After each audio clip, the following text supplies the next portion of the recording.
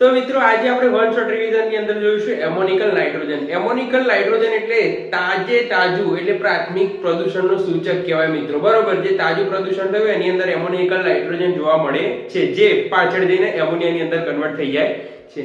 તો ધ્યાન આપો મિત્રો, એ શું કહે છે કે જેને પ્રાથમિક તાજું પ્રદૂષણ કહેવાય. ક્યાંથી મળે તો કે ભાઈ જૈવિક પદાર્થના વિઘટનમાંથી મળે છે તમને.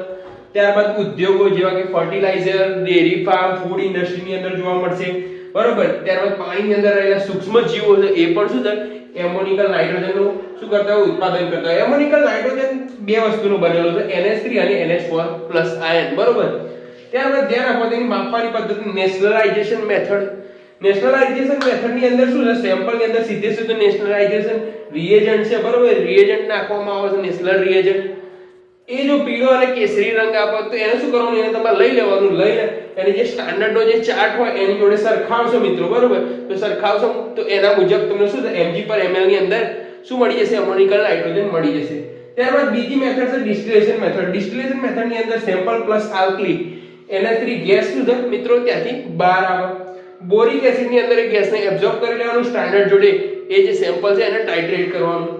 બરોબર, ત્યારબાદ સ્વીકૃત મર્યાદા જોઈએ. સ્વીકૃત મર્યાદાની અંદર જો પીવાના પાણીની અંદર 0.5 થી ઓછો હોવો જોઈએ, નતર એ ખૂબ જ નુકસાનદાયક છે. બરોબર, ત્યારબાદ ધ્યાન આપો, જો 1 થી વધારે હોય, 1 mg/લિટર થી વધારે હોય પાણીની અંદર, તો એની અંદર શું સીવેજ કન્ટામિનેશન એટલે ગટર જોડે એ પાણી મિક્સ થઈ ગયેલું હોય ક્યાંક. બરોબર, પાણી માટે એટલે કે માછલી માટે 0.5 mg/લિટર થી ઓછું હોવું જોઈએ. બરાબર, ટ્રીટેડ વોટર જે ઉદ્યોગો દ્વારા નદીઓની અંદર છોડાતું ટ્રીટેડ વોટર હોય એની વેલ્યુ છે 50 mg/લિટર સુધી. બરાબર, એનાથી ઓછી હોવી જોઈએ.